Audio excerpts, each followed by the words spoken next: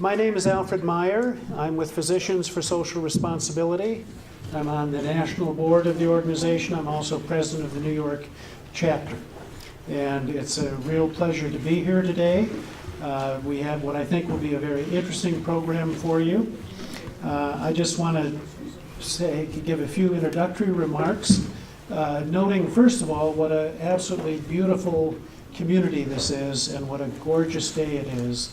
And I think that we all need to take a moment to appreciate that and consider what it would be like if there was some catastrophe that were to occur just down the road. I myself live in New York City. I'm in danger along with 20 million other people who live within a 50-mile zone. So it's not only those of you who live right here in the neighborhood, but it's a much bigger neighborhood. Furthermore, I'd argue that New York City is a relatively important city in the world. And it's not just because I live there, but it's you know, a catastrophe here would upend the world economic system as we know it. We saw this almost happen in Fukushima. If Tokyo had been evacuated, I'm certain that the world economic system would have collapsed. So it's a gorgeous day here, but I feel like we're living on borrowed time. That we have a very old nuclear facility, the units 2 and 3 at Indian Point. We've recently had the degraded bolts in Unit 2.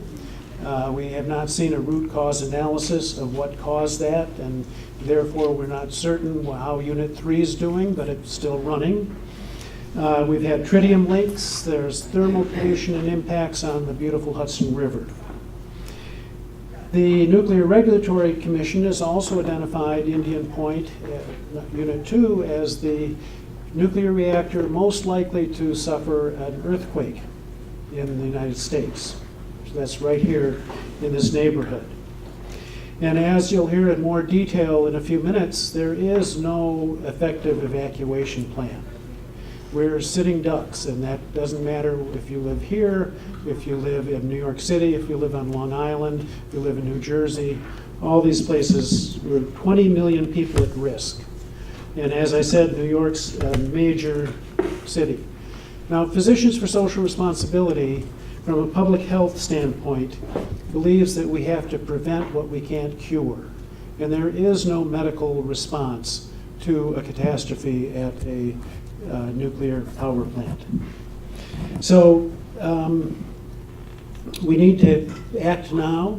You're going to hear from some different speakers who will give you more information about what we face in terms of this added threat of the pipeline, and we'll have some ideas about what we can do moving forward.